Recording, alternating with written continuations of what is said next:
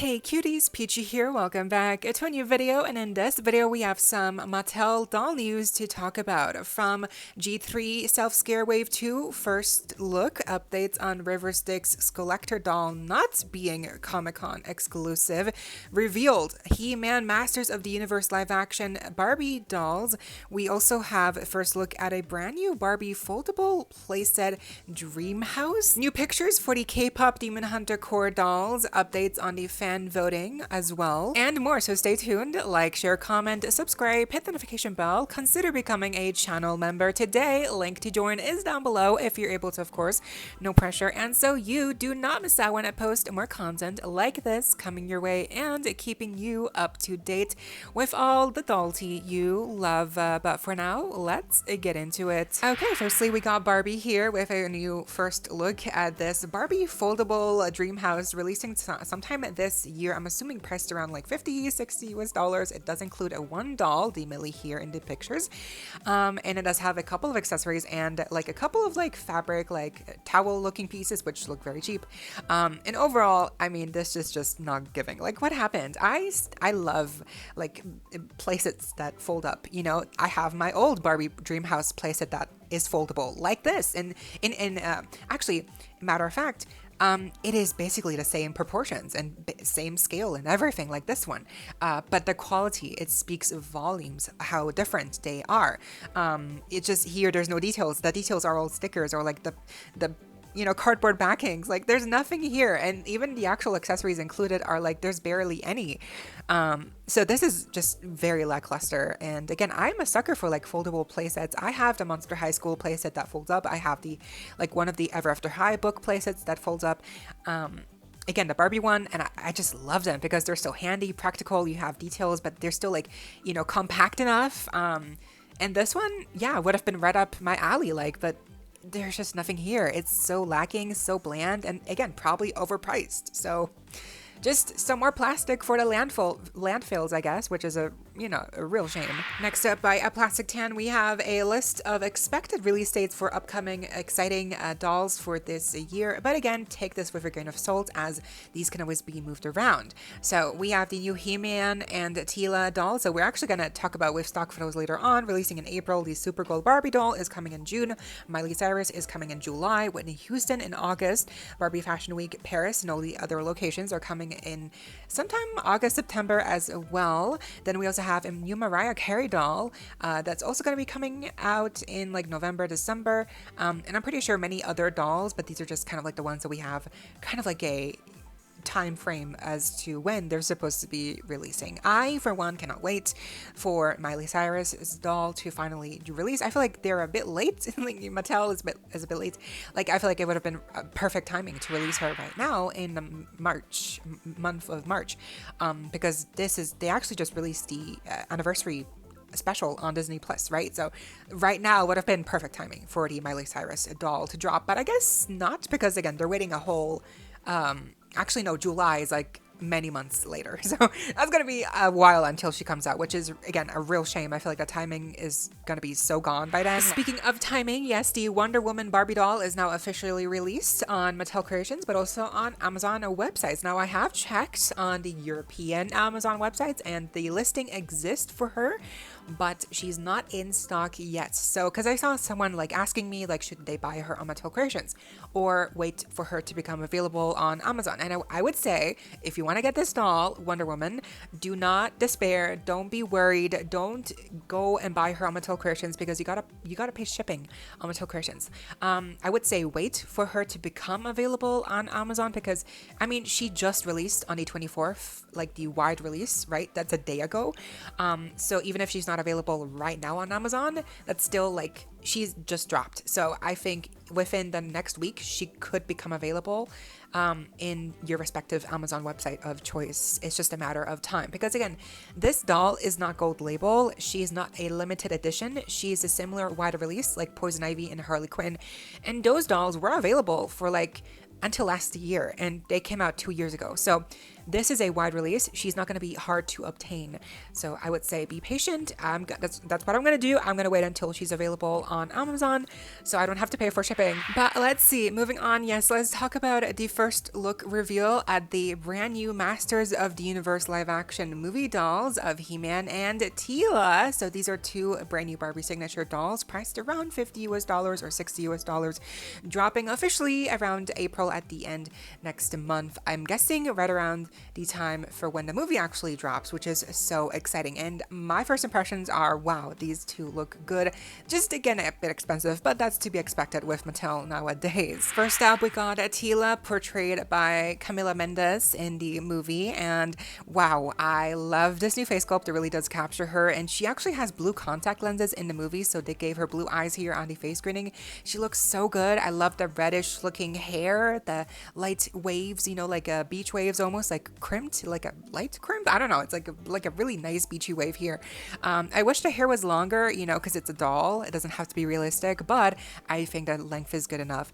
The outfit for her looks very nicely structured. Like, I'm liking the different patterns used. Also, the different fabrics used is really nice. It doesn't look like there's any pleather used here, so this outfit should hold up over time, which is good news. She is on the like made to move athletic body, so she's got a bit more muscle tone here, which is fun, but it does limit her articulation a little bit around the upper arms. She cannot twist them outwards, so that is something to keep in mind with these, you know, athletic made to move bodies. They're not really made to move. They're just made to move at the you know, elbows and knees, and again, they do have a bit more muscle definition overall, but which I do think, you know, it fits this character, but articulation wise, it doesn't help her to move better in poses. But she includes a sword, and the outfit is nice, like I mentioned. I don't love the shoes. The shoes are so red, and I feel like other than the red gem in her sword, there is no red on her entire outfit, and I feel like that's a bit jarring to me. Like, I don't love the bright red on her boots. I feel like they should have been a different color, but I mean, if they're red in the movie, then what are they, you know, it's like they were supposed to be red in the doll, obviously, so it's like, you know, they had to be red, obviously. To me, I don't like the red. Again, it's like out of nowhere, and it kind of like, to me, doesn't work with the color framing. I feel like gold, brown would have been better. But I guess, again, the red matches the gem in her sword. Either way, I think she came out really nicely, and she looks so good. I love her. And then, of course, we got to talk about the man himself, He-Man, portrayed by Nicholas Galitzine, and I believe you say his last name like that. He's a really good actor. I've seen him in a lot of things previously, like Bottoms and The Craft Legacy, I believe. He's a really good actor. So now he's He-Man, and I think he looks great. Again, the face sculpt here is in his likeness, and they even got his little, you know, beauty mark around his upper lip. So fun. It does look like him for sure. He even has this, like, you know, longer blonde hair. People have been, you know, saying that it looks like a Karen haircut. And like, yes, in some of these pictures, the hair does look a bit like too whooshy, and like, you know, it flares out a little bit too much. But in the packaging stock photos, you can see here that in the actual packaging, the hair will be gelled down and it will look much more flatter, and not as voluminous or Karen-like, if you will. I think overall, this outfit is definitely very accurate. So meaning he's not wearing a lot. The skirt is fabric. It has like 2 layers, I believe. I'm not sure what the fabric is here. Will it hold up over time? Hopefully. The chest piece is plastic, I'm assuming. Hopefully it comes off, because if it doesn't come off, that would really suck. But even if it doesn't come off, I guess it makes sense, because, you know, it says like it's like a warrior like armor piece. He includes a sword and his like gauntlets and armor piece around his arms, and obviously his boots are also really nicely done. They have a little bit of airbrushing details around them as well to kind of make them look worn and old. So yeah, I think he might have a new made to move body. Like, I think we all assumed he would just be on the buff Ken body type, but it might be a whole new body type or not. So I guess we'll have to wait and see. But I think all in all, he is expensive for like what he's wearing, but he is accurately depicted. I think he looks good. Like, as long as they're not 60 each, I think that's okay. If they're 50 or 55, because then both of them will be like 100, but at least, you know, on sale they'll be cheaper, which is great. Also, if you happen to have the recently released She-Ra doll, I bet she's gonna look amazing next to He-Man here and Tila. I feel like she's gonna fit right in. You know, like visually speaking, they're gonna look so good together. So yeah, I'm definitely gonna be getting these two when they release. Next up, KPop Demon Hunter updates here. We have some new stock photos of the core dolls, including Rumi, Mira, Zoe, and Jinu himself. Let's start off with Rumi here. Previously, we were able to see her really well, but now with these close-ups, we can also see that she does have some of her demon markings across one of her shoulders, or maybe both her shoulders. I'm not sure, but this is really fun and good details to see on her, because especially seeing that she does have a little bit of her demon marks around her body is going to make her much more worth the price point. She's going to be around like 25, or I believe $25 US, right? So she's closer to $30 here, but these dolls, these core dolls, again, especially with details like the demon marks for Rumi, I feel like will make it more like worth getting these dolls, because I mean, that's more detail that they had to put in here with Rumi, especially here. I think she looks so good. And of course, we got Mira as well here, and her weapon looks so detailed with the see-through portion for the blade. I like how the handles are gold. She's got her gloves, the little like metal looking piece on one of her shoulders. Her makeup is distinct. She's got fabric boots, of course, which you can kind of tell she's even got like toe caps right there. I think she's really cool. Again, might be expensive for some of you, and I totally get that. She might be even more expensive in international like currencies. If these core dolls are $30 US, they might cost even like 40 or something in like my currency, which is insane. But I do think details like the fabric boots definitely kind of like justify the price point a little bit more. Of course, they're still expensive, but you know, at least they're accurate and they have details. Yay! So I think she's so fun. I love the long hair. I think I'm also hoping that she does have like a taller body type than Rumi or Zoe. That would also be really cool. And lastly, we got Zoe here, and I do have to say she's probably the least interesting one visually speaking. She's just got pants on, and her top. The top does have like this fun little zipper piece going around her neck, which is like a plastic piece, I guess, sewn onto the top. So there's nice printed on details here. I like her weapons. I like her little, you know, wrist, you know, like upper arm cuff thing in black. I like her hairstyle. I feel like her shoes are really nice. So she does have details here, but I do think out of the Huntrix that we have here, she's definitely like the least interesting one just by default, right? But she's still really cute. And of course, we cannot forget about Jinu himself here. So far, the only Saja boy to be released. But speaking of releasing, we now know that these dolls, these 4 core dolls, will be released around June or July of this year, which is really great news. But back to Jinu here. He does include a soda can and sunglasses, and of course also an extra hand here that has the little, you know, K-pop heart sign, which is so cute, and you can pose him in different ways as well. I love the layers on his shirts and the pants. Like, they're not molded on, which is great. I think he looks good. Even if he has molded on hair, he looks really good. Speaking of molded on hair, this demon Jinu has rooted hair. So definitely, please, if you haven't already, please go on Mattel Creations and vote for demon Jinu for the fan vote available right now until I believe the 26th. So yeah, that time is ticking. So if you haven't voted already, please go vote on Mattel Creations for demon Jinu. I know Mira is cute and all, but please remember this would be her 4th doll. Jinu, this would only be his 2nd doll. And not only that, but if you want to see Mattel do the Saja boys, not just Saja boys, but also Saja boys and their demon forms, and just in general, if you want to see more Mansters, more boy dolls, more nice quality Ken dolls from Barbie, in general, if you want to see more boy dolls by Mattel, Jinu has to win. Because if Jinu loses here, that will show Mattel that I think most of us, we do care about boy dolls, but Mattel would then take that as, oh, they don't want boy dolls. So this would set us back years. Jinu has to win for the sake of the future of boy dolls. So please, I know Mira is cute, but I promise you, eventually they will make her as well, because they know it would print money. It's just a matter of time.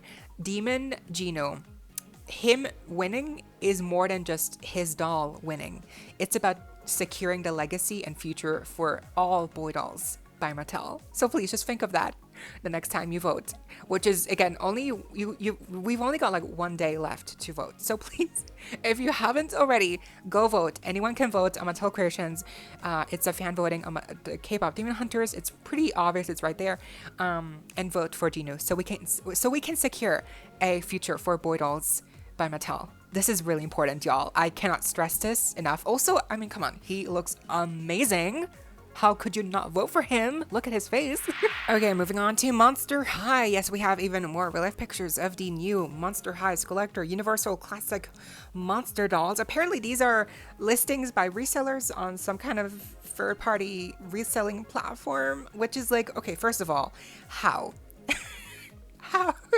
How do these resellers have their hands on these dolls that are not releasing until September, apparently?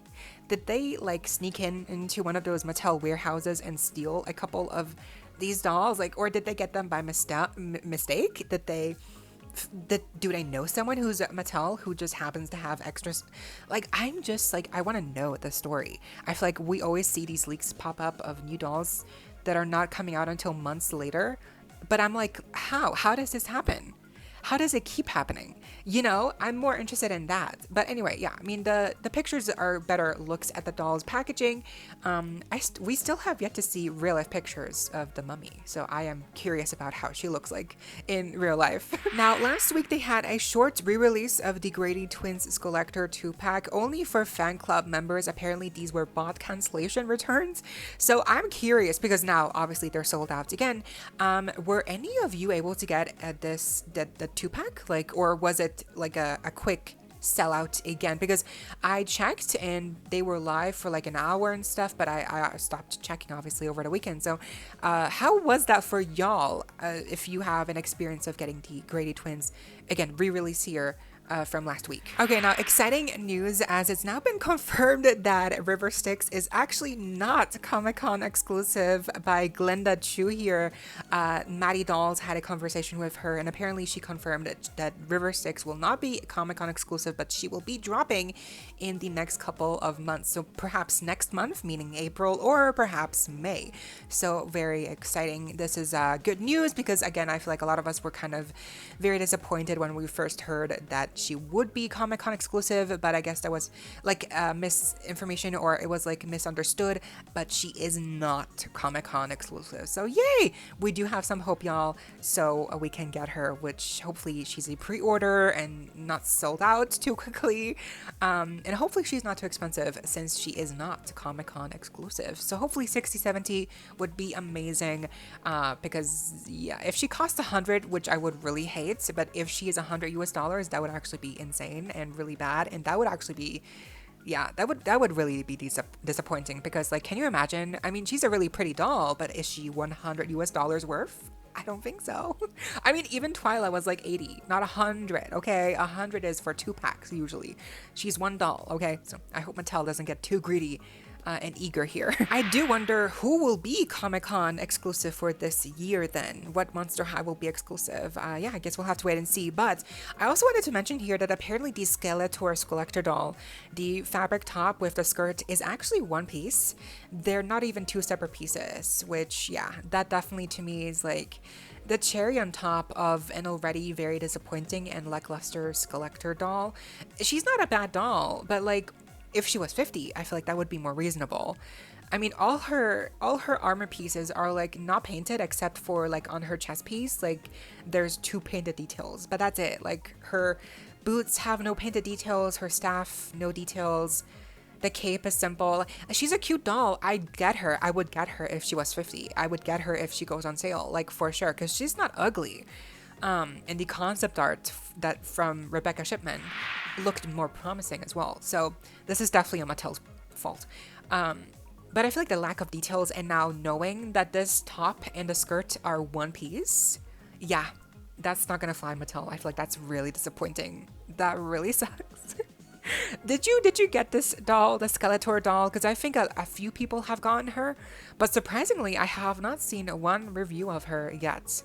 So maybe I should get her so I can I can review her for y'all, not me gaslighting myself into needing her right now. Oh my gosh, the FOMO is too real. This is too bad, y'all. Anyway, lastly, yes, we do have a first look at the artwork packaging for the second wave of Monster High G3 Self-Scare Secrets. So this is very exciting. We knew that this wave was gonna contain a Spectra, include her, and now we have a first look at what she will look like in her doll. Now, obviously, this is just the packaging artwork, so we don't actually have a look at the accessories or the outfit pieces or the quality. Basically, we don't know what they actually look like, but this artwork does kind of give us a good impression of if they're cute or not. And I think the theming here is very cute. The first wave had an overall theme of like knitted looking tops, I believe, or like the fabric, the quality of the tops or like the fashion pieces looked very nice. And in this second wave, it seems like the theme might be fuzzy sweaters, because all the tops on these, like at least in the artwork, they look like fuzzy. So that could be really cute. But Spectra has a ponytail here. I love the skirt. Frankie, the shorts, the side shaved portion, that looks interesting. Cleo looks a bit basic, but she might end up being really cute in person, like the doll. So yeah, I think overall this could be a really strong wave. I cannot wait to see Spectra, obviously, because Buried Secret Spectra is just so lackluster. The quality is just down the drain with Buried Secrets, I'm sad to say.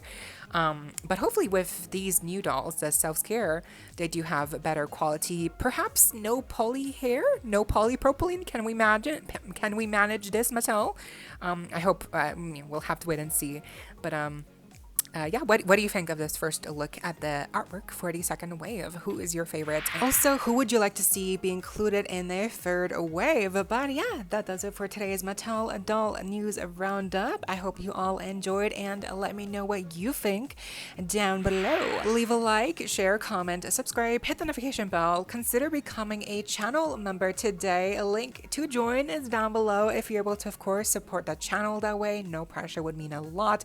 And so you do not miss out when I post more content like this coming your way and keeping you up to date with all the doll tea you love. Stay safe, be kind. I hope this next time stay peachy. Kisses.